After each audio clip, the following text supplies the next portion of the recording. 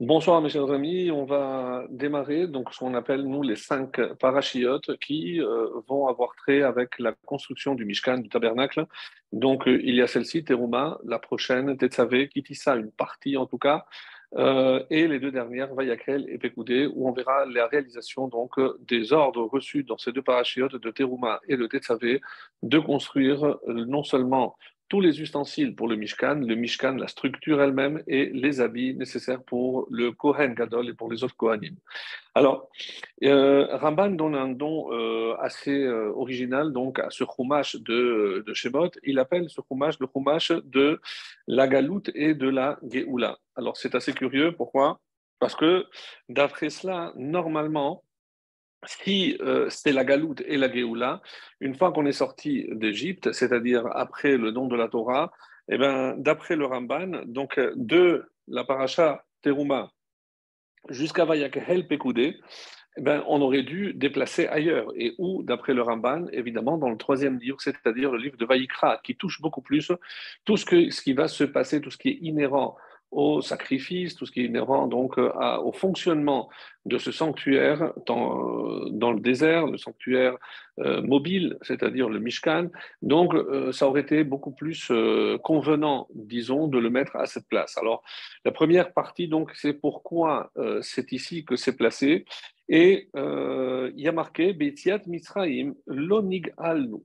Donc, parce qu'il faut comprendre que lorsqu'on est sorti d'Égypte, on n'était pas encore entièrement, la délivrance n'a pas eu lieu juste parce qu'on est sorti d'Égypte, et que la Shekhinah, celle qu'on avait comme à l'époque des Avot, les Avot, les patriarches qui ont réussi à faire descendre la Shekhinah, qui avait quitté, comme on l'avait déjà rappelé à plusieurs occasions, donc à chaque faute de Adam, Caïn, la faute, la génération du déluge, donc on dit que la Shekhinah s'éloignait de plus en plus et que les Avot ont fait redescendre la Shekhinah.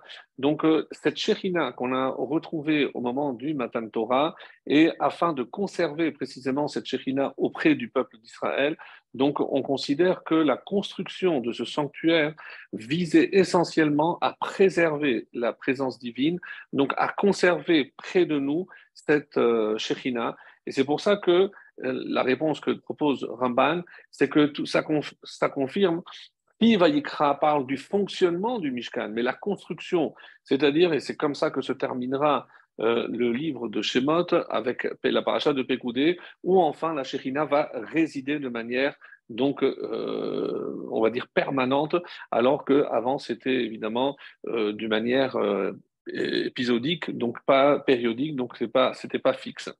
Alors, c'est pour ça que jusqu'au Mishkan, où la Shekhinah va enfin résider comme au temps des patriarches et comme au temps du matin de Torah, c'est pour ça que, oui, donc ces parachiotes ont tout à fait leur place ici dans le livre de Shemot. Alors, comment on va voir lorsque on parle des différentes parties du Mishkan. Donc, on va voir qu'il y a d'abord ce qu'on appelle les kelim, les ustensiles nécessaires à l'intérieur du Mishkan. Peut-être qu'on détaillera un peu plus lors de la réalisation à Vayakhel et Pekoudé, et si on a la possibilité de vous montrer quelques images, de manière à visualiser à quoi correspondent chacune de ces parties. Et il y a la structure extérieure, donc le Mishkan lui-même. Alors, jusqu'à ce moment-là, donc, on dit que chaque fois qu'on va associer le nom d'Hachem, il n'est jamais associé, par exemple, à la table. On ne dit pas Eloké Shulchan. On ne dit pas non plus par rapport à la menorah. Et ce n'est pas parce qu'elle n'est pas importante. Si on attribue le nom de Dieu à une des parties, et c'est ça qui est assez curieux, c'est non pas un des ustensiles en tant que tel, mais un détail des ustensiles. En effet, dans la première recommandation, donc lorsqu'on va voir l'ordre qui va être donné d'abord de ramasser tous les matériaux nécessaires à la construction, et on parlera peut-être en deuxième partie de ce qui était nécessaire, combien de matériaux étaient-ils nécessaires, donc il y a 2 manières de compter, est-ce qu'on a 13 ou on a 15, et un Rashi très explicite qui, d'après lui, donc il précise Keshet Dagdek. Si on est précis, on trouvera 13, mais si on compte effectivement dans le texte, on trouve 15. Donc pourquoi ce chiffre entre 13 et 15? On va laisser pour la deuxième partie. Mais le premier ordre qui est donné, Ve'asu Aaron Atishitim. Donc ici, l'ordre est donné de construire, de commencer par le Shulchan. Donc il va y avoir après, pardon, le Aaron, l'arche. Après, il y a le Shulchan, après, il y a la Menorah. Et un détail du Aaron, et certains diront, parce que logiquement, non, normalement, si cette paracha suit le don de la Torah, donc forcément, donc Moshe va se retrouver avec les pierres. Où va-t-il placer ces pierres-là? Il fallait évidemment donc un récipient. C'est ce Aaron, cette arche, où seront conservées les tables. Alors, donc c'est vrai que normalement on ne parle pas trop de ce détail, mais au-dessus il y avait un couvercle qui s'appelle caporet et qui était surmonté de deux chérubins, les deux kérouvim. Et quand on parle souvent de Dieu, on trouve cette expression dans plusieurs endroits, donc dans le livre de Shmuel, dans le livre de Ishayahu au chapitre 37 par exemple, et ça sonne bien à l'oreille, Yoshev HaKeruvim Yodia. Donc Dieu est celui qui siège chez les kérouvim. Donc le nom de Dieu n'est associé parmi tout le Mishkan que aux kérouvim. Alors, par exemple aussi, dans Divrei Hayamim, le L1, le livre des Chroniques, au chapitre 3, là-bas aussi, on parle de cette partie-là. Dans le psaume 80, Tehillim aussi, on dit Yoshev HaKeruvim. Donc c'est assez étonnant que la seule partie du Mishkan auquel le nom de Dieu est associé, c'est précisément les kérouvim. Donc c'est ces chérubins dont on parle de manière assez étonnante. Par exemple, le Midrash va dire à quoi correspondent finalement. Donc, ils sont mikatsa ou mikatsa. Donc, c'est à l'extrémité des deux tables de la planche qui constituait le couvercle. Donc, il y a donc un ange et une figure d'ange et une figure d'ange et avec Porsim, et ils étendaient leurs ailes qui se touchaient par-dessus, comme peuvent le montrer certaines illustrations. Donc, j'en ai une ici à proximité, comme ça, vous pouvez visualiser beaucoup mieux. Voilà un petit peu à quoi ça ressemblait le Aaron avec les deux kérouvim dont les ailes étaient étendues et qui se touchaient au bout. Voilà un peu ce que l'on peut montrer. Alors maintenant, qu'est-ce que qu'est-ce que ça représente? Parmi toutes les explications qui ont été données, donc, puisqu'il y a une extrémité et l'autre, ça correspond à la création du monde où d'un extrême j'ai le ciel, de l'autre extrême j'ai la terre. Et c'est d'ailleurs le premier verset ainsi qu'il est dit, Bereshit bara Elohim et hashamayim vet haaretz. Donc, et on trouvera d'autres parties où on parlera justement des deux extrémités. Et donc, comme si les deux chérubins exprimaient les deux extrémités, les deux limites, la terre et le ciel. C'est comme ça que on nous dit d'ailleurs, il est rappelé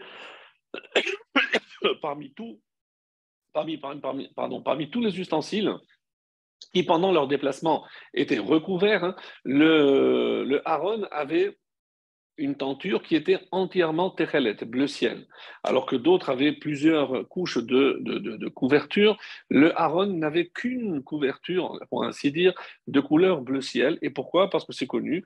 Le bleu ciel, ça rappelle la mer rappelle le ciel, le ciel rappelle le Kiseh Hakavod. Donc on passe du bas de la mer après le ciel et le Kiseh Hakavod, donc comme pour faire le lien entre la terre et le ciel, c'est comme ça que je dis. Mais où on trouve le Kérouvim pour la première fois, c'est évidemment, la première fois, c'est dans la première paracha, dans Bereshit, le chapitre 3, le verset 24, où on dit que là-bas, Dieu a placé des kérouvim à l'entrée pour empêcher l'accès à l'arbre de vie.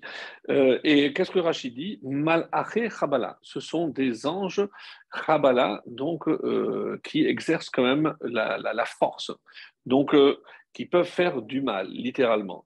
Alors, Nosé, Alors, c'est pour ça que, d'après certains des Chachamim, c'est un thème, quand on parle des Kérouvim, qui dépasse, bien entendu, la logique humaine. Et c'est pour ça que c'est dans le terme, c'est, d'après la Kabbalah, ça fait appel à des notions extrêmement élevées, dans lesquelles, évidemment, on ne va pas rentrer. Et surtout, que nous avons une explication très intéressante du Rabbeinu Bechaye, qui, en règle générale, il touche aussi des fois à des explications plus profondes. D'ailleurs, on va le voir par la suite de notre étude ce soir. Mais en tout cas, le Rabbi Bachaï qui s'arrête, on va dire, au Pshat, et il dit comme ça, qu'est-ce que sont venus faire finalement ces deux effigies, ces deux anges? C'est juste pour nous rappeler l'existence d'une force, d'une puissance qui s'appelle les Malachim. Donc, ils sont là pour nous rappeler qu'au-dessus planent des êtres que nous appelons les Malachim. Alors d'accord, mais si c'était le cas, pourquoi alors il en fallait deux? Si on avait un seul, si c'était juste pour rappeler l'existence des malachim, j'aurais pu dire, ben avec un seul, ça aurait suffi. Pourquoi deux? Et il donne une réponse assez originale. C'est parce que si on avait eu un, tu aurais pu penser que c'était une force en tant que telle. Le fait qu'il soit deux, c'est pour le multiple, c'est rabim, c'est pour te rappeler qu'il y a plusieurs et que ne va surtout pas croire que c'est une force en elle-même, c'est une émanation obligatoirement d'Akadosh Baruch Hu, comme et pas comme le christianisme a voulu laisser entendre depuis déjà pratiquement 2000 ans que le Satan est l'ennemi de Dieu, Chas Shalom, c'est de la pure hérésie, c'est la pure idolâtrie d'imaginer, ça contredit En od milevado, il n'y a aucune autre force qui est associée ou opposée à Kadosh Baruch Hu. Le seul, en quelque sorte, qui peut s'opposer à Dieu, c'est l'homme, mais par son libre arbitre et pas parce qu'il a la même puissance que le Créateur, puisqu'il n'est qu'une créature. Alors, et c'est pour ça que le Rabbeinu Bechaye explique, c'est les ramez à la rabbine, c'est uniquement pour faire une allusion à la multiplication, parce que ce sont des créatures qui existent en grand nombre, et très intéressant, puisque on sait que c'est ces anges, nous les imaginons comme des êtres zélés, ailés avec des ailes, pas zélés, aussi zélés, mais aussi avec des ailes, et c'est surtout, ce sont des énergies, des forces qui émanent de la Or Ensof, de la lumière infinie de Dieu. Donc, encore une fois, un thème très délicat, mais n'allez surtout pas imaginer que le monde là-haut est peuplé d'êtres ailés qui se baladent. Et d'ailleurs, on dit que le malach, comme ça il dit, il occupe un tiers du monde.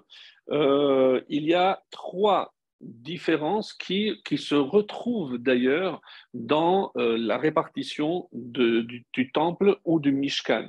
Il y a la partie où se trouvent les humains, après il y a la partie Kodesh où ne rentrent que les Kohanim, et ensuite la partie Kodesh à Kodashim où ne rentre que le Kohen Gadol. À quoi ça correspond? On dit que c'est le Kodesh HaKodashim, c'est le Olam HaMalachim, c'est le niveau le plus haut. Après, il y a Olam HaGalgalim, c'est les astres, donc c'est ce qu'on appelle le Kodesh. Et après, il y a Olam HaShfelut, et donc c'est le monde le plus bas, c'est là où sont toutes les créatures, qui est le Chatzer, donc la partie générale, donc extérieure du Beth HaMikdash.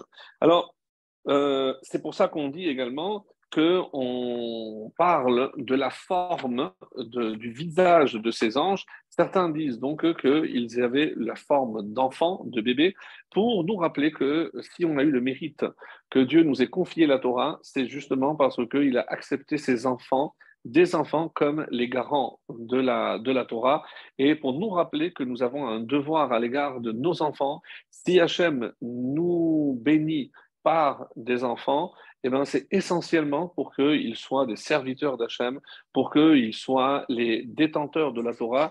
Et c'est pour ça que quiconque n'a pas eu la chance d'avoir d'enfants, mais qui a des élèves, eh ben, ces élèves à qui il a eu la chance d'enseigner la Torah sont considérés comme ses enfants. On a vu, par exemple, avec l'exemple des enfants de Aaron qui sont attribués à Moshe. Et de là, on apprend que celui qui enseigne la Torah, c'est comme s'ils avaient enfanté. Donc, avoir la chance d'enseigner la Torah au plus grand nombre, ça fait aussi, comme le rabbi de Louavitch, par exemple, où tous ses disciples se considèrent aussi, en quelque sorte, ses enfants. Alors, Rappelez-vous maintenant cet épisode où, d'après ce que l'on vient de dire, ça va jeter un éclairage nouveau.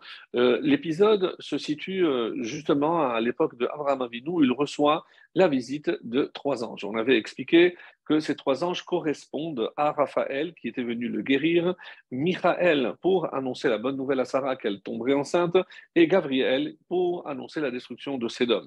Et à ce moment-là, on a posé la question, on comprend la présence des deux premiers, mais on ne comprend pas la présence du troisième. C'est pour ça qu'il y a plusieurs réponses. Je vous renvoie à ce que nous avions déjà vu. Sinon, consultez le livre de Bereshit et vous retrouverez une des réponses qu'on avait données.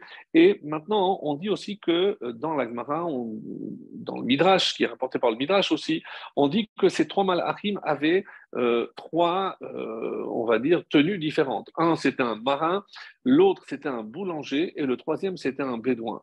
Et les Rachamim m'expliquent pourquoi cette correspondance, parce que le monde est réparti en trois. Pas trois parts égales, on le sait aujourd'hui, que deux tiers de notre planète est de l'eau, mais trois parties, c'est-à-dire la mer.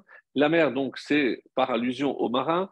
La terre, c'est là le lieu d'habitation de l'homme, et l'homme ne peut habiter que s'il y a du pain à manger, c'est pour ça que c'est le boulanger, conditorio.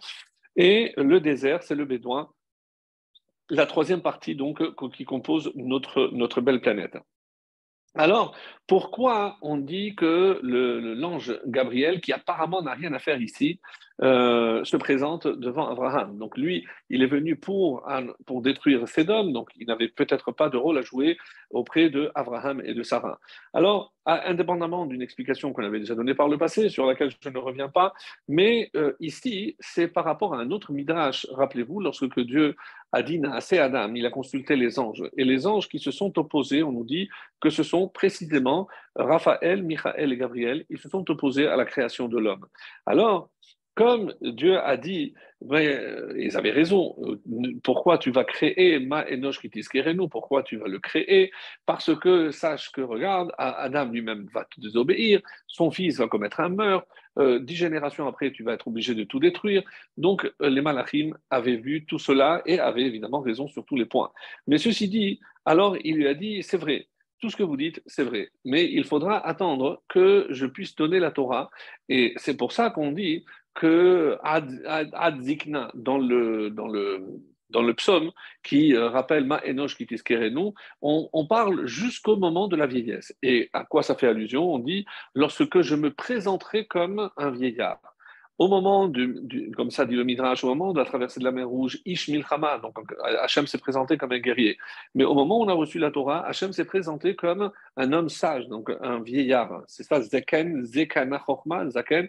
Et c'est pour ça qu'on dit, attendez, vous allez voir. C'est vrai que ça va mettre un petit peu de temps. Le temps que les humains acceptent la Torah. Et si c'est vrai qu'il y a le Yetzirara qui va les faire fauter, mais Yatsa Barati Torah Tavlin. La Torah viendra comme un remède pour lutter contre le Yetzirara et le monde est censé aller mieux dès que la Torah descendra sur terre. Ça, c'est une explication. L'autre explication, non, Hadzikna jusqu'à qu'apparaisse la vieillesse. À quel moment la Torah parle de vieillard ou de vieillesse? C'est Vavraham Zaken Babayamin. C'est la première fois où lui avait demandé les signes de vieillesse, donc jusqu'au moment de l'apparition d'Abraham. C'est vrai. Jusqu'à Abraham, le monde va aller de pire en pire. Mais Abraham, n'oubliez pas que quand j'ai dit j'ai créé le monde, le ciel et la terre pour Abraham. Donc allez, et maintenant vous vouliez que vous vouliez de moi que je ne crée pas l'homme. Maintenant je vais vous faire descendre chez qui? C'est celui pour qui j'ai créé le monde. Et maintenant c'est pour ça que Dieu a envoyé ces trois anges pour voir quelle était la force incroyable d'Abraham et la raison pour laquelle, évidemment, Dieu avait, oui, choisi de créer le monde. Pour Abraham, ça valait la peine et il a voulu leur démontrer. C'est pour ça qu'il les a obligés à aller tous les trois. Les trois qui s'étaient opposés sont allés voir de quelle matière était fait à Abraham Avinu pour les convaincre que oui, ça valait la peine de créer l'homme.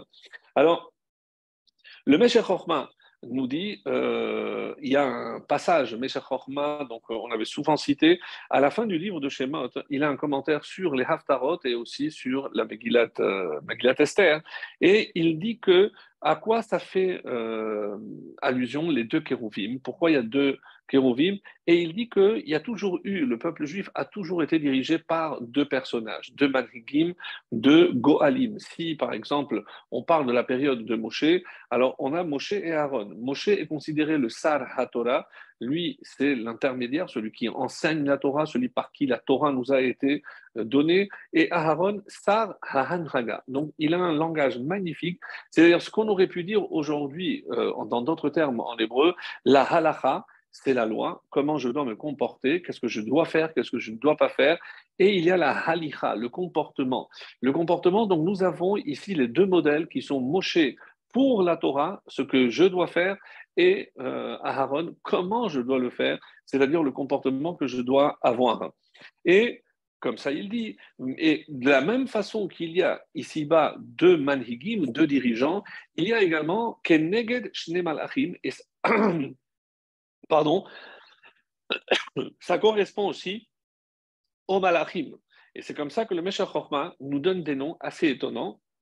On dit aussi qu'il y a, comme il y a le Sar HaTorah, donc c'est généralement un titre qu'on donne à un très très grand de la Torah, le Maran, le Rav Gaon Kanievski, donc qui est appelé Sar HaTorah, le prince de la Torah. Donc, et dans le ciel, il y a aussi le Malach HaTorah qui s'appelle Sandalpon. Comme ça, c'est rapporté dans le traité de Chagiga en page 13b, Yud Gimel Amud Bet. Et le Malach HaHanhaga s'appelle Memem Tav Resh Vav Nun, un nom qu'on ne prononce pas, Memata et RON, pour le nom de cet ange-là. Alors, Rabbeinu Mechaye nous dit pourquoi Hachem nous a ordonné de faire deux kérouvim et pourquoi il y a le terme shenaïm, shenaïm kérouvim. Généralement, on dit shené kérouvim. Pourquoi shenaïm? Souvent, le terme de shenaïm, parce qu'il dit shenaïm, c'est shonim. Shenaïm, chaque fois que, généralement, donc on avait dit qu'il y a un chiffre qui est en plus, on dit pour nous dire qu'ils étaient égaux. Mais quand on dit shenaïm et pas shené, comme ça explique le Rabbeinu Bechaye, et c'est que c'est deux. Shenaïm, c'est du mot shonim qui sont différents. Alors, quand, par exemple, on dit que Medaber mi ben shnei hakeruvim, donc là, quand il y a marqué shnei hakeruvim, c'est pour nous dire qu'ils étaient égaux. Alors, dans le traité de Yoma, la page 54, on nous dit de quoi avaient l'apparence ces deux chérubins, Zachar ou Nkeva. Donc, un, c'était le mâle, l'autre était une femelle, et même si je dis que c'était des enfants, je peux dire que c'était un petit garçon et une petite fille, donc ça ne change pas. Et on apprend de là que c'était deux tinocotes, deux bébés, donc mâle et femelle. Et n'oubliez pas que la façon de construire les chérubins était miksha, c'était en un seul bloc. Je ne pouvais pas créer l'ange et après le souder. Non, il fallait que ce soit d'un seul bloc. C'est le terme qui est utilisé dans la Torah, c'est miksha. Et cette notion où on a déjà rappelé plusieurs fois cette opinion, à savoir que quand la Torah donne un chiffre alors qu'il n'y avait vraiment pas besoin, par exemple, l'exemple le plus connu, c'est les deux boucs de Kippour, c'est pour nous dire pourquoi c'est marqué trois fois, parce que c'était trois points où ils devaient être identiques, donc c'est marqué l'apparence, Koma, la taille, et Damim, et le prix. De là, on apprend. Et donc c'est pour ça que quand on parle des 10 commandements, il y avait deux tables, les louchot, et il y avait Ben Adam la Makom et Ben Adam la Chavero. Et on avait expliqué que quand Hachem a dit les 10 commandements, comme ça c'est rapporté dans le Midrash et par beaucoup de commentaires, donc il a dit les 10 en même temps et après il a commencé à répéter un par un, mais il n'est allé que jusqu'au deuxième. Donc, mais alors pourquoi, à quoi ça servait de dire les 10 dans Bevatachat en même temps? C'est pour que je comprenne que les 10 sont indissociables. Donc, ce n'est pas pour faire un jeu de mots avec 10, mais c'est indissociable. Je ne peux pas séparer, rappelez-vous, le midrash qu'on avait raconté la semaine dernière, que lorsque Moshe s'apprêtait, c'est surtout la paracha de Kitissa, il s'apprêtait à jeter les tables, les Ékénim l'ont freiné. Qu'est-ce qu'ils voulaient faire? Au moins sauver une des tables. Je dis, si tu penses qu'ils ont été coupables parce qu'ils ont fait la faute du veau d'or et que c'est de l'idolâtrie, alors ils ont contrevenu au premier et au deuxième commandement, Loye Anochi, je suis éternel, tu n'auras pas d'autre Dieu. Donc, que tu veuilles casser la première table, on comprend, mais pas la deuxième. Je dis, non, c'est vous qui n'avez pas compris. elles sont indissociables. Comme on a étudié ce matin dans la Gemara, dans Kiddushin, il y a le tzaddik ra, le tzaddik qui est méchant. Comment il peut être tzaddik et méchant? Oui, parce que le tzaddik, c'est-à-dire il fait tout ce qui est entre lui et Dieu, mais il est ra, c'est-à-dire mais il ne fait pas ce qu'il faut avec les hommes. Et il y a le rachat qui ne fait pas ce qu'il faut avec Dieu, mais il peut être tov, mais il est aussi avec les humains, il est tov. Donc cette balance, donc évidemment qu'il faut être un tzaddik et tov, c'est-à-dire non seulement les lois qui régissent ma relation à Kadosh Baruch Hu, donc verticale, mais aussi horizontale, vis-à-vis des hommes. Et on avait déjà insisté énormément sur ce point tellement, tellement important qu'on dit qu'on ne peut pas séparer les deux tables, on ne peut pas séparer dans ce que nous appelons la Torah, c'est d'une part la religion, ce qui me relie à Hachem, c'est pour ça que la Torah n'est pas que la religion, parce qu'il y a aussi tout ce qui régit, et d'où la preuve et l'importance que on a eu la paracha de Mishpatim, juste après le don de la Torah, pour que je fasse VLE avec le Vav, pour relier. Non, il n'y a pas ma relation à Dieu après à la relation à l'homme. Non, VLE, c'est ensemble, et je ne peux pas les séparer. Alors, pour le Malbim, il donne aussi une autre explication aussi très originale. Et il nous dit à quoi ça fait allusion les deux chérubins. On a parlé tout à l'heure des deux dirigeants. Et chaque fois que, lorsque le temple existait en tout cas, on avait la chance d'avoir un roi et un Kohen Gadol. Donc il y avait le prêtre, le grand prêtre, et il y avait le Kohen. Donc ça, c'est les deux Manhigim. Et c'est une allusion. Et c'est pour ça qu'il dit que... pour Sekenafaim les marla, et comme pour rejoindre un petit peu ce que nous venions de dire, c'est les mitzvot ben Adam la makom et les mitzvot ben Adam la chavero. Et d'où je le vois, parce qu'on dit qu'il était pour Sekenafaim les marla, les ailes, comme j'ai montré dans l'image, aller vers le haut, ça c'est ben Adam la makom, et après penehem ishelachiv, mais les visages étaient un face à l'autre. Donc ça c'est la deuxième partie, c'est ben Adam Lachavero. C'est-à-dire que même dans la représentation de ces chérubins qui est surplombé la Torah, et ça vient nous enseigner que c'est indissociable. C'est pour ça que c'est tellement important de faire miksha, c'est d'un seul bloc. C'est que pour que je comprenne que je ne peux pas séparer les lois entre moi et Dieu et les lois entre l'homme et son prochain. Et c'est pour ça, puisque comme nous venons de le vivre avec le premier jour déjà de Rosh Chodesh, et ce soir nous sommes le premier Adam, Michel Nifnas Ada Marbim Besimcha, donc si on a le temps, on dira un petit mot sur cette joie extraordinaire, d'où nous vient cette joie. En tout cas, une petite allusion à Purim, pour faire un petit pont déjà avec ce que nous venons de dire, c'est que toutes les fêtes que nous avons dans le calendrier, généralement sont célébrées par des mitzvot entre l'homme et Dieu. Sonner le chauffard, manger de la matzah, donc ça ne touche pas ma relation à l'autre. La seule fête qui fait exception, c'est la fête de Purim. Et c'est pour ça qu'on dit, une des raisons pour lesquelles le Yassouf Mizaram, c'est une fête qui ne disparaîtra jamais de votre descendance, donc même après le Mashiach, c'est parce que sur les 4 mitzvot essentiels de ce jour-là, il y a 2 entre l'homme et Dieu et 2 entre l'homme et son prochain. Donc 2 entre l'homme et Dieu, c'est la Mikra Megillah, la lecture de la Megillah qui est associée au Hallel, une louange à Dieu, et le Mishté. Le Mishté, c'est une façon de remercier aussi Hachem parce qu'il a sauvé notre corps. Donc on nourrit, on fait boire notre corps pour le soulager de ce risque d'extermination qu'on a vécu à Purim. Et 2 entre l'homme et son prochain, Matanot Laevionim et Mishloach Manot Ishlerehu. Donc, envoyer des cadeaux les uns aux autres et penser aussi à faire des cadeaux aux pauvres. Donc, c'est ce qui fait de cette fête quelque chose de très original et très, très particulier que l'on ne retrouve pas dans les autres fêtes où l'essentiel, comme je l'ai dit, touche les mitzvot entre l'homme et Akadosh Baruch Hu. Alors, d'autre part, on avait déjà vu cette notion aussi très très belle.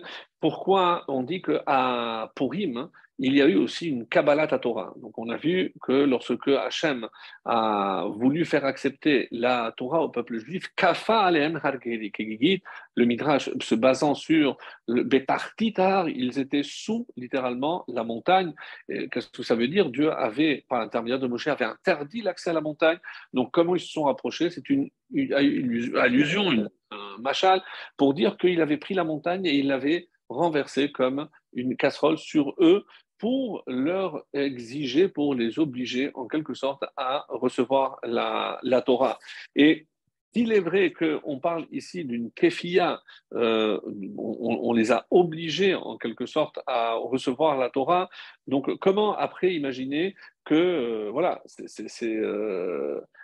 il faudra attendre le moment où il n'y aura pas justement cette kéfia, cette obligation, cette contrainte de recevoir la Torah. On le verra par la suite. Euh, et donc, au moment de Purim, on a reçu la Torah par amour. Et on dit à quoi ça fait allusion. Et c'est pour ça que c'est une image très très belle. C'est la différence entre Yaakov et la relation entre Yaakov et Rachel et Yaakov et Léa. Donc, sans rentrer dans les détails, on dit que Léa, c'est Alma de Itkassia. C'est le monde voilé, alors que Rachel est le monde dévoilé. Donc, on avait déjà touché cette notion-là. Et on dit que à Purim, c'est pour ça qu'il y a Purim et Hanouka, donc une fête correspond à Rachel et l'autre à Esther. Donc Yaakov et Rachel, pourquoi? Parce que Léa, on l'a obligée à se marier. Donc la fête, au moment où on a reçu la Torah, pourquoi on n'a pas reçu Be'ahava? Parce que au départ, il est clair que Yaakov n'aimait pas Léa. Ils lui ont imposé, mais il fallait, parce que sans cela, imaginez, donc on n'aurait pas eu toutes les tribus qui sont issues de Léa. Et bien de la même façon, Yaakov et Rachel donc c'est plus Purim, vous avez compris. Donc Hanouka, c'est voilé. Les miracles sont voilés, ça se passe à l'intérieur. Et à Purim, donc c'est Rachel, et là, parce que c'est un amour sans contrainte, et c'est à ce moment-là qu'on compare donc justement ce don de la Torah à cela. Donc Hanouka, c'est Léa, et on dit, rappelez-vous, on avait parlé de ça, c'est que le Sfatemet nous dit qu'on ne peut pas imposer quelque chose des Chachamim si on ne trouve pas une base dans la Torah. Et c'est pour ça que Hanouka, donc c'est, comme il explique, c'est par rapport à Sukkot, et le chiffre 8 jours de Sukkot avec Shemini Atzeret, et 8 Hanouka, les 8 jours de Hanouka. Et quel est le lien avec Léa, pour ceux qui s'en souviennent? Parce qu'avec les deux tribus de sa servante, il y a donc huit enfants, Léa a 8 enfants. Mais si je compte Rachel, donc Purim c'est un jour, mais c'est faux, puisque c'est le 14 et le 15. Mais Rachel, finalement, a eu 4. Oui, mais n'oubliez pas que Yosef a laissé sa place à ses 2 enfants, Ephraim et Ménaché. Donc, du coup, ça fait 5.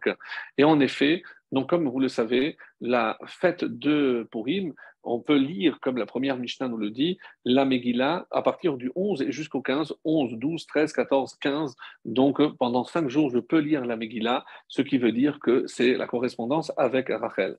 Alors, maintenant que nous avons entamé un petit peu Purim, j'aimerais revenir donc sur un point très intéressant. C'est par rapport à ce que l'on nous dit que c'est Mishenichnas Adar Marbim Besimcha. Donc, mais la phrase exacte se trouve dans le traité de Ta'anit, la page 29a. Keshem Keshem Menichnas Av Memaratin Besimcha. De la même façon que depuis que rentre le mois de Av, Memaratim Besimcha, on diminue la joie, car Mishenichnas Adar Marbin Besimcha, on augmente la joie dès que le mois de Adar commence. Et c'est vrai que ce n'est pas logique. Pourquoi je devrais me réjouir dès le début du mois? Donc, est-ce que j'anticipe déjà que le 14, il va y avoir une fête, et alors même à partir du début, je dois commencer déjà à me réjouir? Donc, quelle est la raison pour laquelle je me réjouis Mishenichnas Adar, dès que rentre Adar?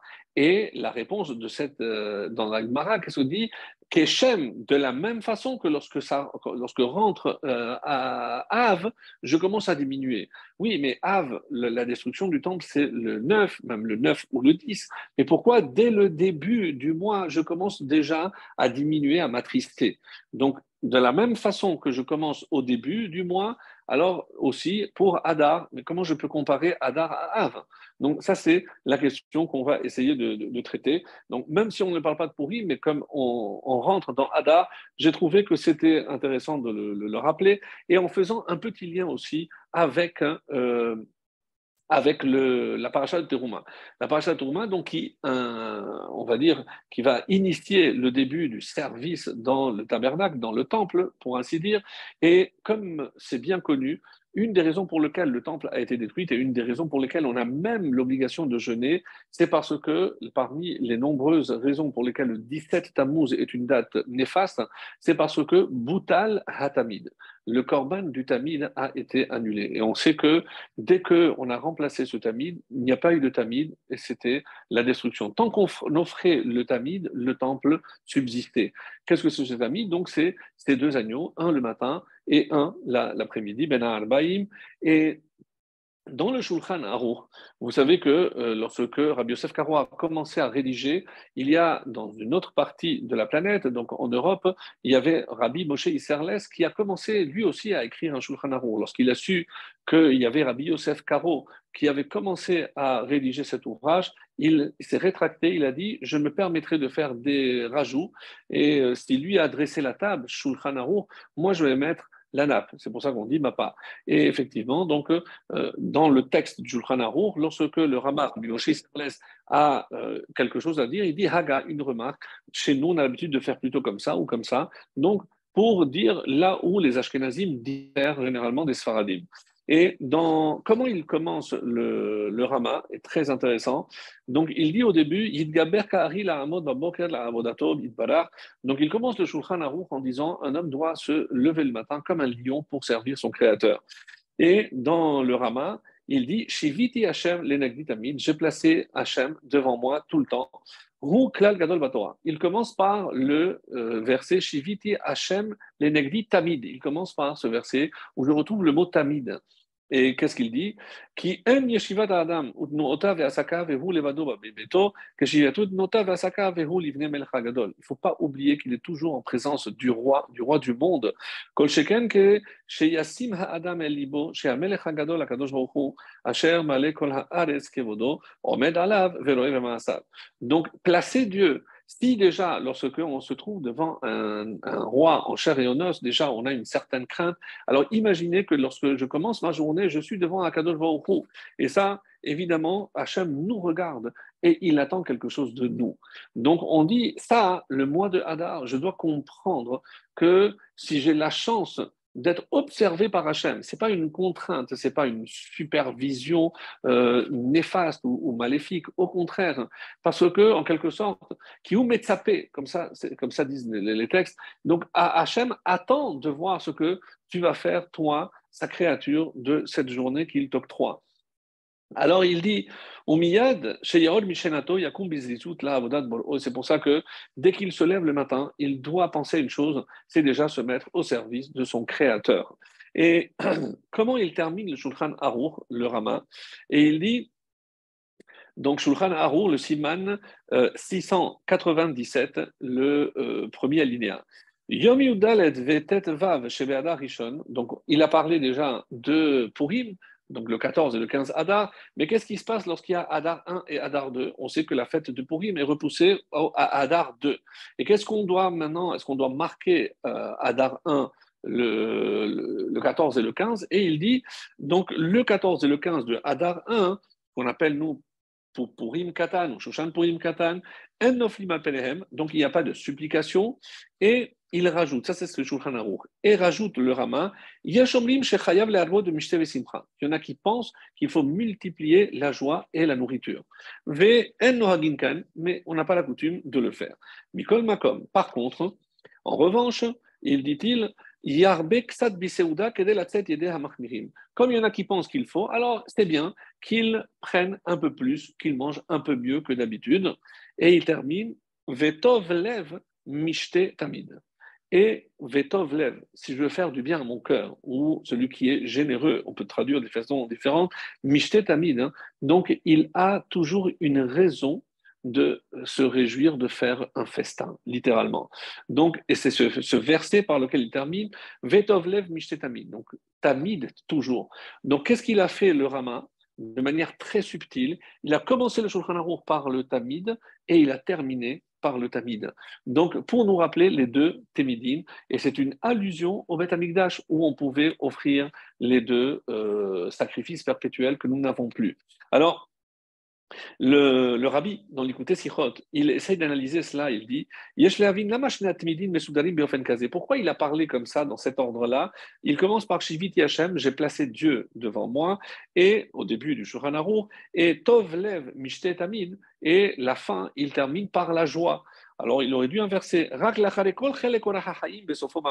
Pourquoi il faut passer d'abord par tout le Shulchan Aruch avant d'arriver à la fin? Donc, on sait très bien que s'il est vrai qu'il n'y a pas une mitzvah d'être dans la joie, mais il faut être dans la joie pour faire les mitzvot. Donc, ça, c'est la différence.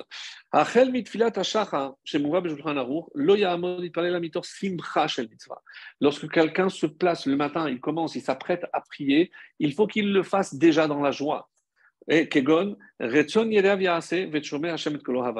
donc ici, quelque chose de très important, mes chers amis, parce que Hadar, je sais, et je n'ai pas encore expliqué pourquoi dès le début de Hadar, et je vais le faire rapidement, pourquoi on a une raison de se réjouir, en tout cas on a, comme vous allez le voir, peut-être trois raisons qu'on peut expliquer. La première, c'est si je suis conscient que Hachem, il m'observe, Hachem, il m'a donné des kochot, il m'a donné des forces pour que je les mette à son service, donc il attend de moi que je le serve dans la joie.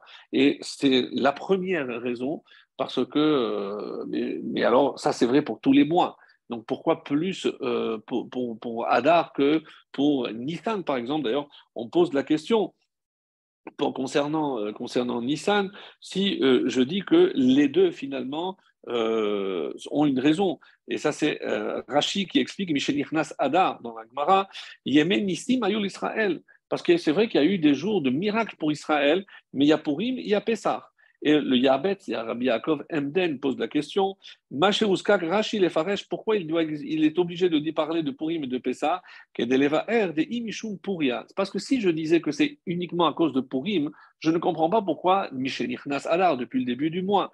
Lema aussi, alors dis-moi aussi Nissan, parce qu'aussi il y a une fête de délivrance, ou dis-moi aussi Kislev, parce qu'il y a la fête de Hanouka à la fin. Non. Alors c'est pour ça qu'il dit, c'est pas raison. Et là, al-Korcha mishum sheitchilu yemenissim retzufim utkufim zelazé. C'est parce que là, on dit que tous les jours qui se succèdent ont quelque chose de particulier.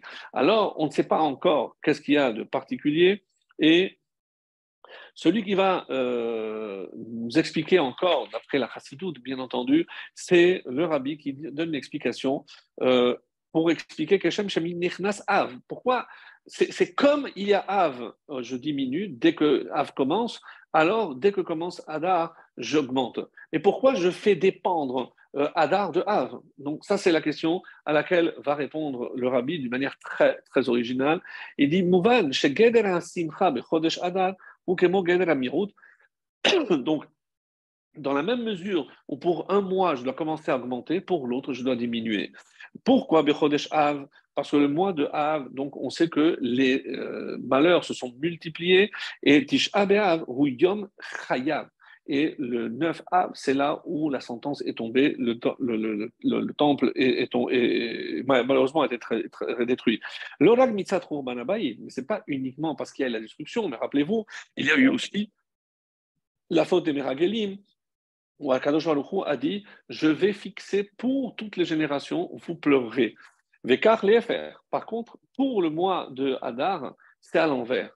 C'est-à-dire que l'influence de ce qui va se passer le 9 commence déjà bien avant, donc en amont. Et c'est pour ça que dès le début du mois, c'est comme si le 9 Av avait rétroactivement, en quelque sorte, une influence. Et ça va avoir une influence, on le sait, jusqu'après, au moins en tout cas, jusqu'au 15 Av. Et de la même façon, explique-t-il, Shebo urpelu anissim, veyesh bo yom zakai. Donc, de la même façon qu'il y a un jour où je suis coupable, c'est le 9 Av, le mois de Hadar, il y a un jour, et je ne le pense pas parce que je n'y pense pas. Pour moi, Hadar, je pense souvent à Purim. Et il dit non. Quel événement a marqué le 7, la réponse, le mois de Hadar, c'est le 7 Hadar. C'est parce que c'est la naissance et la disparition de Moshe Rabbeinu. Donc, comme le 7 est marqué par l'arrivée de Moshe Rabbeinu, on dit que 7 jours avant déjà une influence. De la même façon qu'il y a aussi 7 jours après. Si je dis que Moshe est mort le 7, quand est-ce que se termine les Shiva? C'est le 13 Hadar. Et c'est pour ça que Haman s'est réjoui d'ailleurs lorsque le sort a désigné le 13 Hadar. Il dit, ah, c'est le jour où est mort Moshe. Mais vous croyez qu'il ne savait pas que Moshe était aussi né? Oui, bien sûr, d'après certains avis, oui. D'autres disent non, il ne pouvait pas le savoir parce que sa maman l'avait caché, donc il ne sait pas la vraie date. Lui, il a retenu la date qui était inscrite dans les registres égyptiens, c'est-à-dire le mois de le 7 Hadar, mais pardon, le Sivan, puisque sa maman l'avait gardé pendant, rappelez-vous, 3 mois. Donc c'est la date qui apparaissait. Mais comme si le 7 Hadar, hein, la Gemara dit, les Gabé Haman, Nafal lo pour bechodesh Hadar, mais lo yayodea shebeshiva be'Hadar met, ou beshiva be'Hadar nolad. Et ici, il y a quelque chose de magnifique, parce que si on fait attention, comment la Gemara dit, il ne savait pas que le 7 il était mort, et il ne savait pas que le 7 il était né. C'est pas logique. Qu'est-ce qu'il aurait dû dire dans l'ordre? Il ne savait pas qu'il était né et il savait qu'il était mort. Donc d'abord, on naît avant de mourir, en principe. Veroim she'azchut shel shiva adar hi garma lebitul hagezerah. Écoutez bien, mes chers amis, parce que ça, c'est pas souvent qu'on entend. D'après cette explication extraordinaire du Rabbi de Lubavitch, il nous dit pourquoi le décret, pour quel mérite extraordinaire le décret qui est tombé le 13 a été annulé par le mérite du 7. Et si le 7 a une influence après, 7 jours après, il y a aussi une influence 7 jours avant.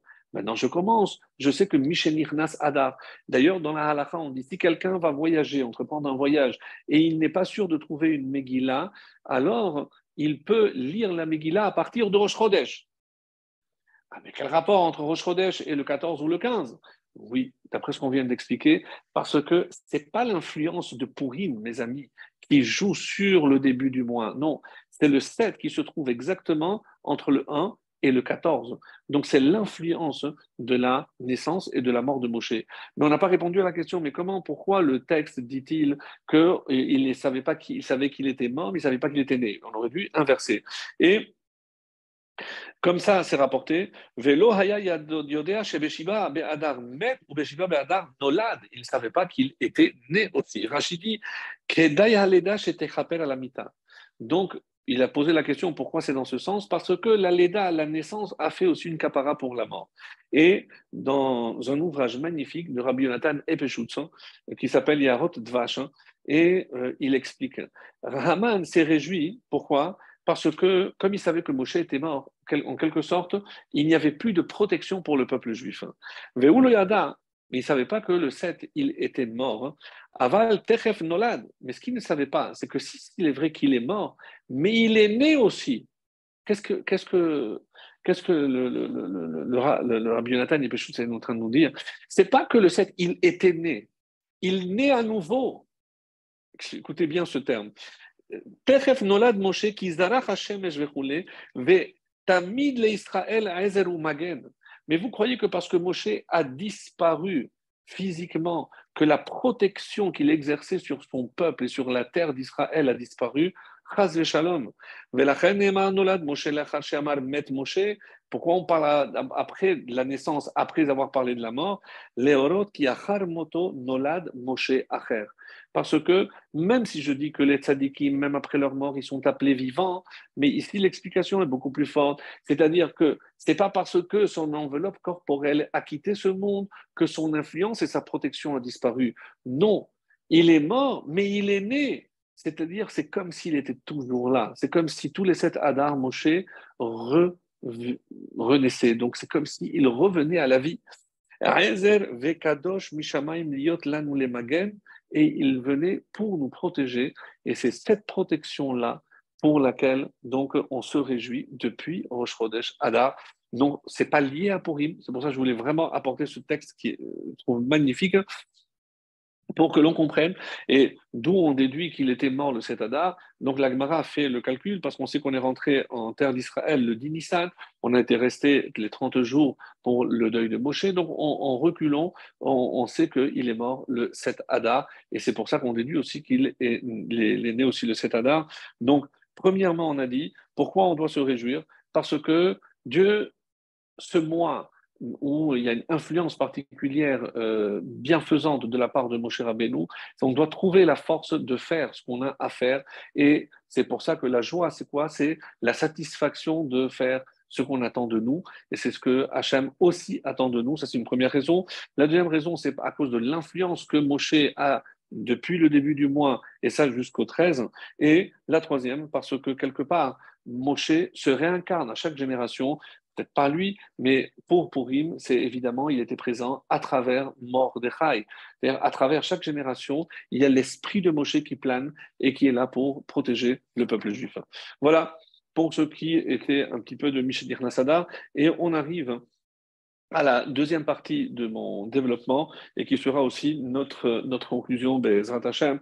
Donc, une partie j'ai trouvé vraiment très intéressante parce que, regardez, je vous lis, maintenant je reviens au début de la paracha, après avoir fait le lien avec un peu Purim, un peu le début du mois de Hadar. Et maintenant, on va rentrer dans un détail de la paracha. Alors, lorsque je prends le début de la paracha, que je vous lis très rapidement en français, parle aux enfants d'Israël et fait prendre par les trésoriers les matériaux que le peuple offrira pour le tabernacle de leurs biens personnels comme un prélèvement pour moi. Donc, qu'est-ce que tu dois dire à ces trésoriers qui sont censés récupérer? Vous prendrez pour moi le prélèvement de tout homme porté par son cœur à faire un don. Donc, il n'y a pas de coercition, il n'y a pas d'obligation. Il faut qu'il soit vraiment, il ait vraiment envie de le faire.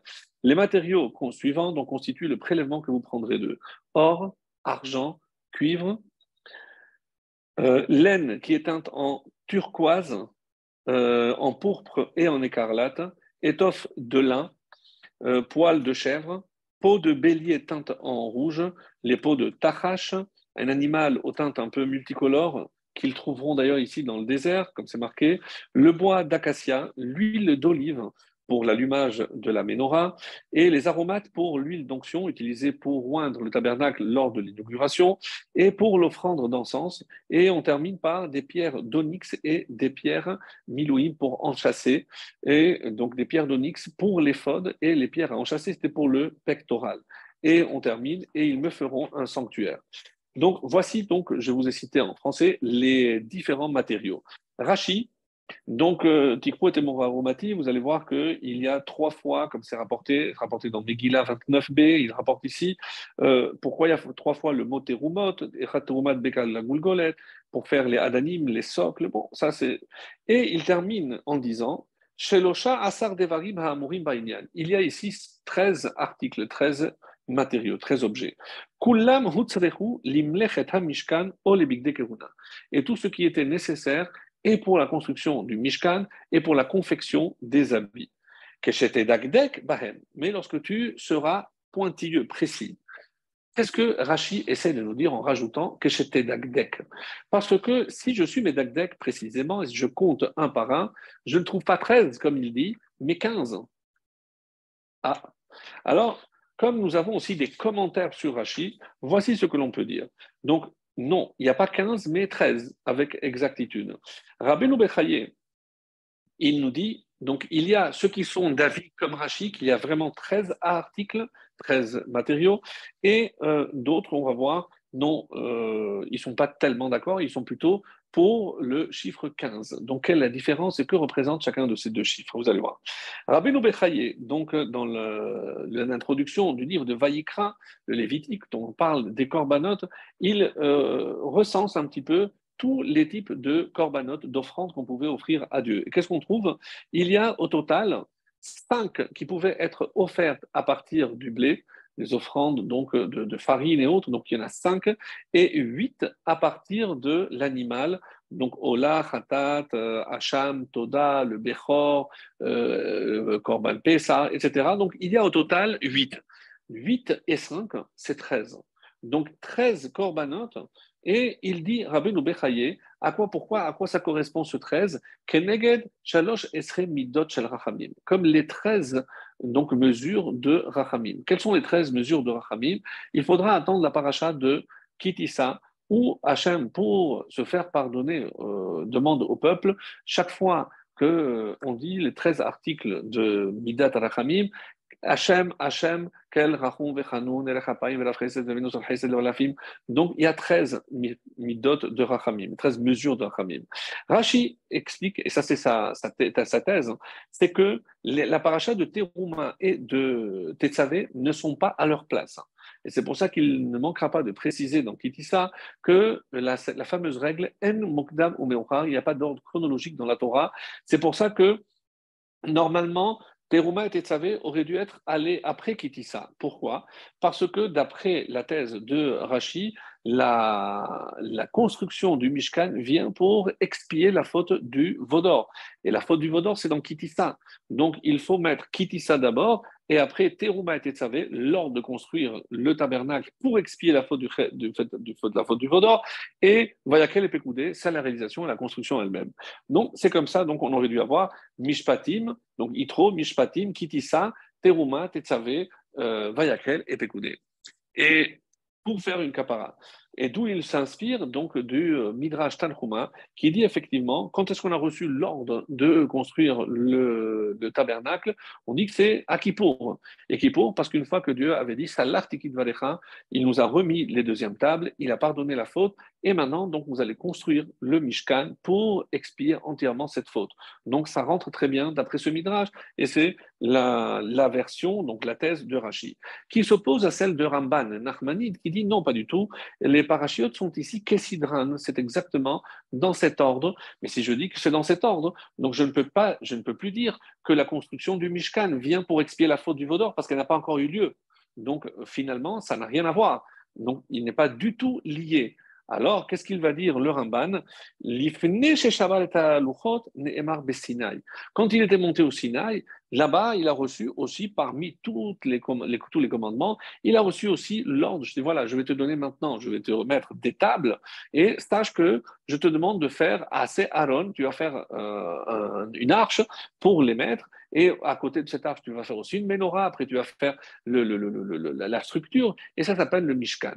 Donc, pas du tout lié à la faute du Vaudor, d'après Ramban. Et Ramban, sur qui il se base? Tana Debe Eliyahu, qui nous dit qu'au moment où le peuple juif a répondu Naaseh ve'nishma, donc Hachem il a dit, eh ben, un peuple qui est capable de s'engager, je vais lui demander de me donner de bon cœur ce qu'il faudra pour construire une demeure ici-bas, sans aucun lien avec la faute du Vaudor, d'après Ramban, se basant sur Tana de Beliaou. Et sachez que, sans lire les textes, etc., mais d'après les références, d'après le Zohar, et sur la paracha de Vayakel, et d'après le Zohar aussi sur la paracha de Pinchas, il ressort que, mais et kol ish, Tamar, il explique que c'est pour inclure au début le Erev Rav, ça veut dire que c'était avant la faute que Dieu avait demandé. Et quand il va exécuter, il ne voudra pas d'Aber el Ben Israël,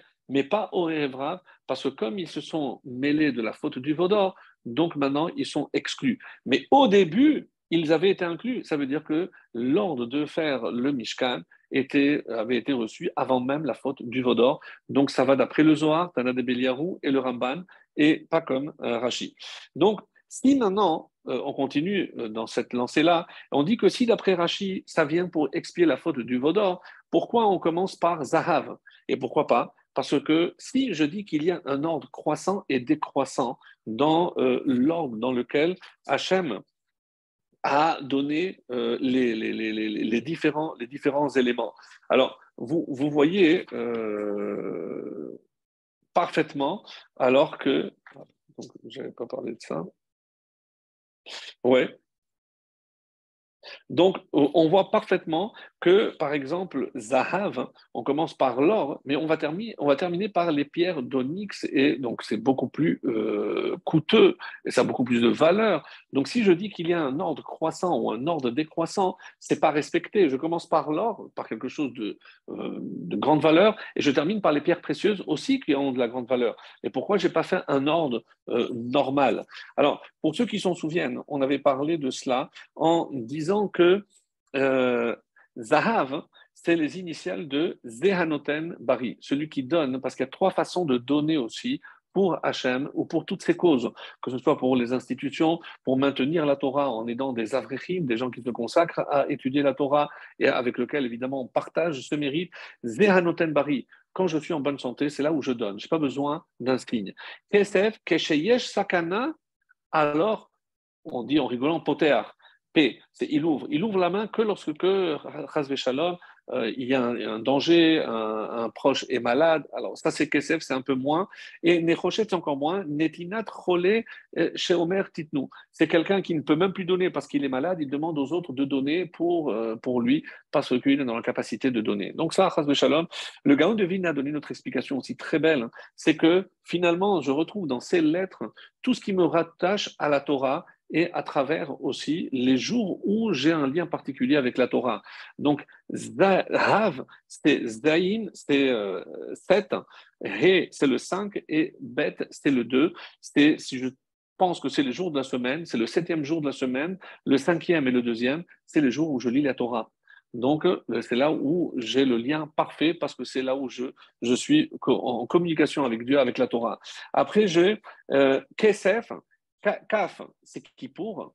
Stamer, c'est Sukkot, épée, c'est Pessah et aussi Purim, où je suis aussi en relation avec Hachem.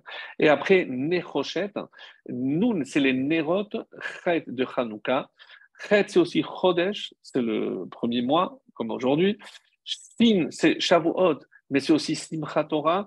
Et Tav, c'est les Ta'aniot, c'est les jeunes, ou aussi d'une autre façon, mais je suis aussi en communication avec Hachem. Je lui donne quelque chose, je lui donne ma graisse, je lui donne mon essence pour me faire pardonner et pour faire teshuva. Donc, c'est une manière de Gaon de Vilna très, très, très originale.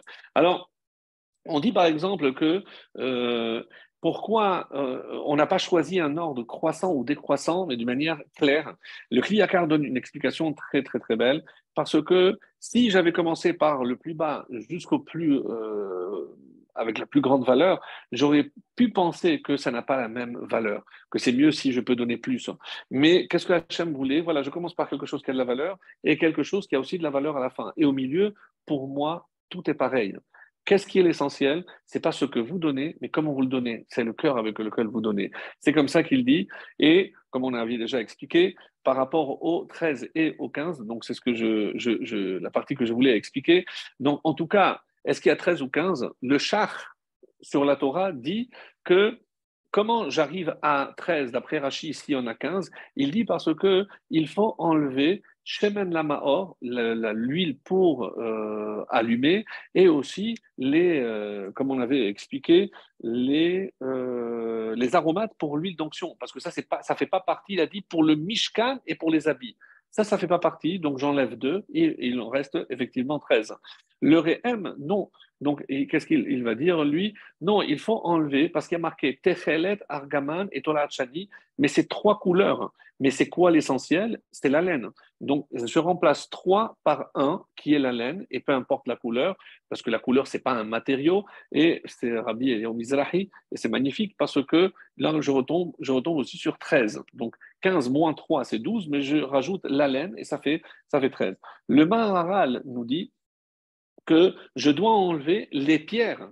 Pourquoi? Parce qu'il y a marqué celui qui est porté par son cœur. C'est-à-dire que j'ai la possibilité de donner. Mais on sait très bien que les pierres, personne n'avait la possibilité de donner. Pourquoi? Parce qu'elles sont venues directement du ciel et ce sont les Nessiim, les princes qui les ont récupérées.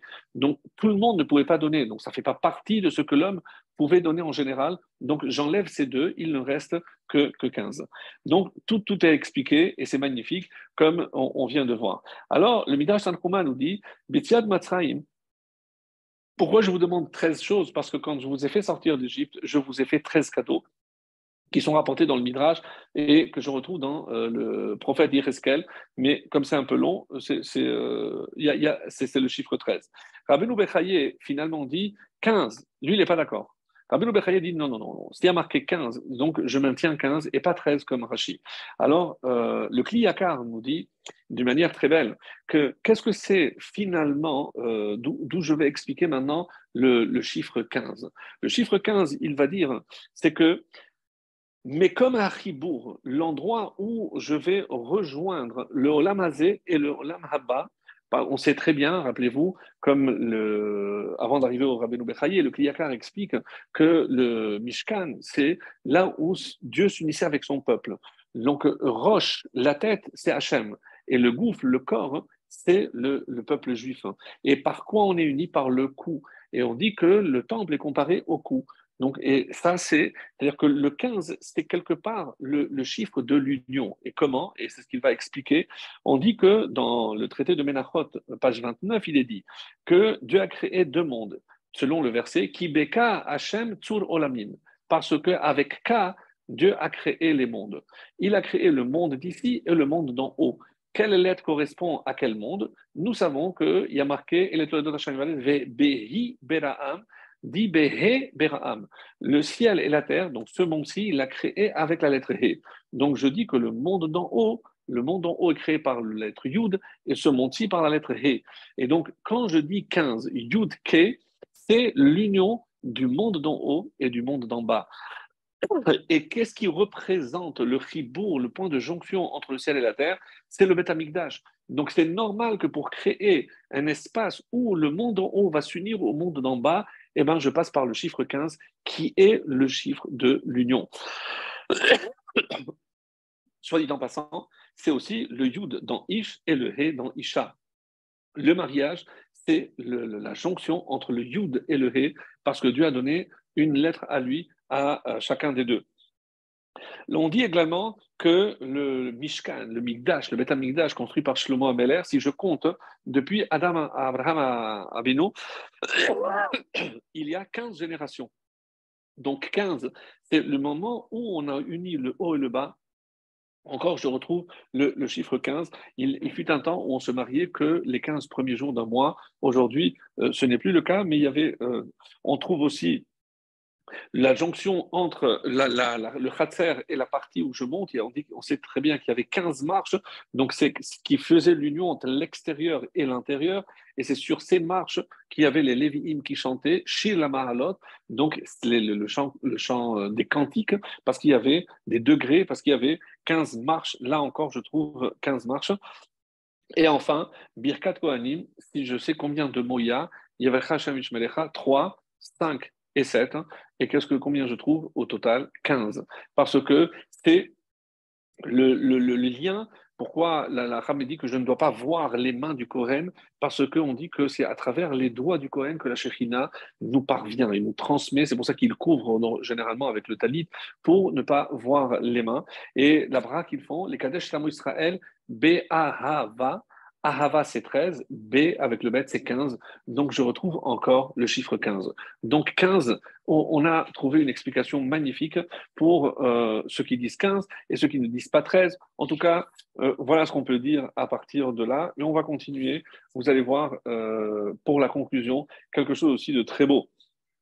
Alors, pourquoi, d'après Rachi, on commence par l'or? C'est très logique. Parce que si lui, il dit que c'est pour expier la faute du veau d'or, donc puisque le veau était en or, donc vient l'or du Mishkan pour expier le veau de l'or du veau. Et donc ça, je comprends très bien.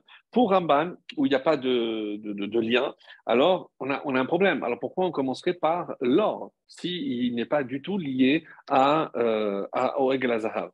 Alors, le Midrash Talpiot, c'est un Midrash qui est écrit par Rabbi Eliyahu HaKohen mi-Izmir, de Turquie. Kama Agalim Bayu Bechet Hagel. Donc, il nous dit, d'après un Midrash Talpiot, comme j'ai dit, combien de veaux ont été créés. Nous, d'après la Torah, on sait qu'il y en a un, mais Rabbi Shimon Bar Yochai nous dit non, il y en a eu 13. Il y a eu 13 veaux qui ont été créés, oui, 13, à part celui qui a été créé en or, il y a eu un pour chaque tribu. Donc, il y en a eu 13 en tout. Asou, Shlosh et Galim, comme ça. Et pourquoi? Maintenant, je comprends, parce que d'après Ramban, alors pourquoi il y a 13 terumot? Pourquoi il y a 13?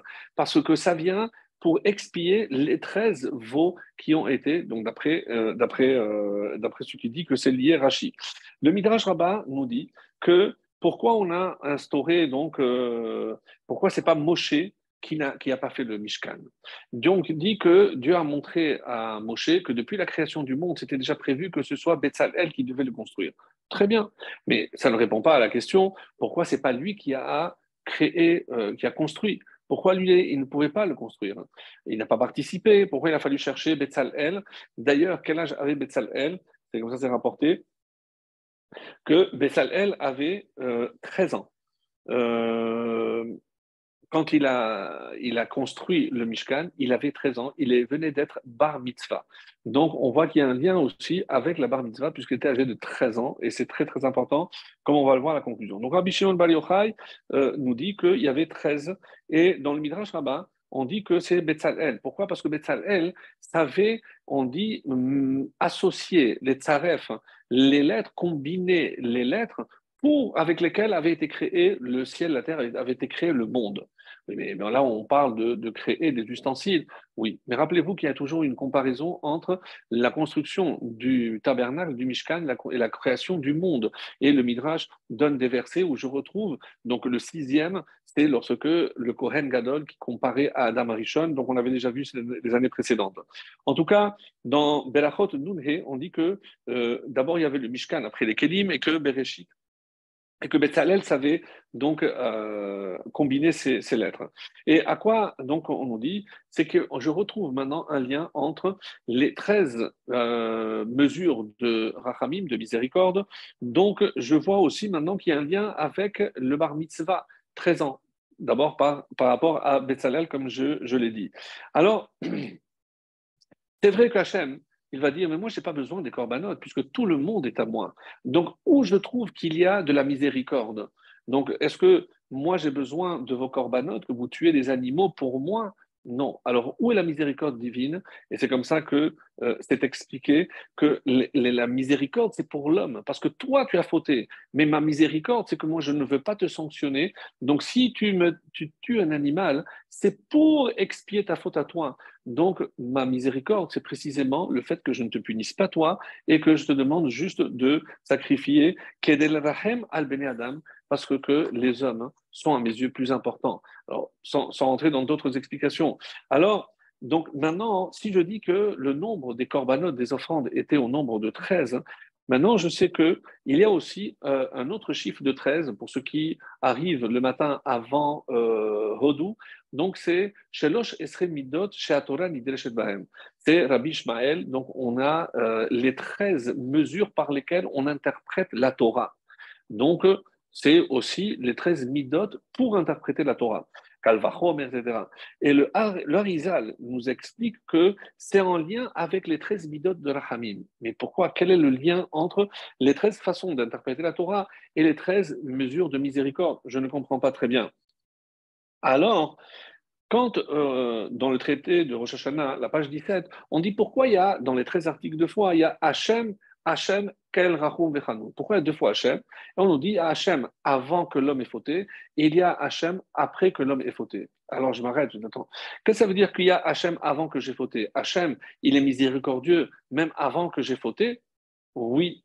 Parce que même si Hachem sait que tu vas fauter, Hachem, il te laisse en vie. Quelqu'un qui aurait eu envie je sais pas, transgresser Shabbat, mais Dieu aurait pu lui envoyer, allez-nous, un AVC, et il ne transgresse pas le Shabbat. Non, Hachem, il est tellement miséricordieux qu'il te laisse ta santé, il te laisse ta force, il te laisse ton argent, même si tu vas mal l'utiliser. Mais qu'est-ce qu'il attend? Hachem, le deuxième, maintenant que tu as fauté, maintenant je peux te pardonner, viens et je te pardonnerai parce que je suis miséricordieux. C'est comme ça que c'est expliqué. Alors, Dieu soutient même ceux qui fautent. Et c'est pour ça qu'on pose la question, à quel moment Dieu, quand il a créé le monde, on sait qu'il a voulu le créer par Midat Hadin. Et à la fin, il a associé Midat Rachamim. À quel moment demande le Rachamim, Dieu a associé Midat Rachamim?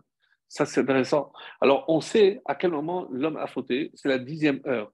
Mais si je dis que Hachem a associé a déjà créé la Midat HaRachamim avant la faute, ça veut dire que c'est au moment avant où il a créé l'homme, c'est la 7e heure, après il a donné l'âme, la 8e heure, et après il a donné l'ordre de ne pas manger, et la 10e.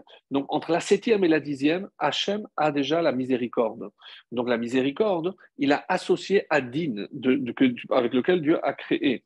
Donc, quand Dieu a créé l'homme, on dit à partir d'où il a pris la terre pour créer la tête de l'homme, on dit l'endroit du misbéach, de l'autel, là où l'homme viendra se faire pardonner. Donc de là déjà Dieu avait prévu de prendre la tête de l'homme et les former de cette terre-là, makom kaparato. Donc maintenant, qu'est-ce qu'il nous reste à expliquer? Si d'après Rashi, je dis que le but du Mishkan, c'est expier la faute du Vaudor, j'ai compris pourquoi. Parce que les 13 midot arachamim, quand est-ce que Dieu nous les a donnés? Précisément, j'ai dit dans Kitissa, c'est lorsqu'on a fauté, on a fait la faute du Vaudor. Donc Hachem a émis ces 13 mesures de rachamim, de pitié, de miséricorde, pour nous faire comprendre que même si on a fauté, Hachem est prêt à nous pardonner. Mais le Ramban dit alors pourquoi il y a 13 s'il n'y a pas de lien avec la faute du Vaudor? Et maintenant on comprend. C'est parce que pour Ramban, c'est les 13 midot par lesquels la Torah est interprétée. C'est-à-dire, Dieu a donné la Torah et a donné 13 manières d'interpréter, et c'est pour continuer l'étude de la Torah. Tout ce que je déduis par Kalvachomer, la Torah n'a pas besoin de me le dire, mais je dois savoir que je peux faire une déduction à fortiori. Donc, et toutes ces études, donc, pour ceux qui connaissent les 13 articles. Donc, et je termine avec cette idée. Donc, on a dit que le Mishkan correspond à la création du monde, mais il y a quelque chose qui est à l'envers. Pourquoi? Parce que la création du monde, on a commencé par le din, et après Dieu a associé Rachamim. Donc, quand on approchait de la création de l'homme. Donc, le 6e jour, on a commencé par Din, mais Dieu a vu que si jamais il n'y avait que Din, l'homme aurait fauté, il serait mort tout de suite, il n'y aurait plus de pardon. Donc, il a associé Din. Mais maintenant, puisque il y a le Mishkan, s'il avait demandé à Moshe, Moshe c'est Yaakov Hadin et Tahar. Donc Moshe c'est Midat Hadin.